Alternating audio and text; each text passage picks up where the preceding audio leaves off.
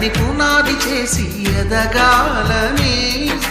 తరిమే వాళ్ళని హితులుగా తలచి ముందుకెళ్ళాలని,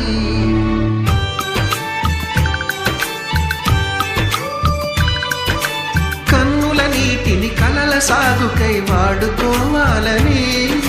కాచే నిప్పుని ప్రమిదగా మలచి కాంతి పంచాలని, గుండెతో ధైర్యం చెప్పెను,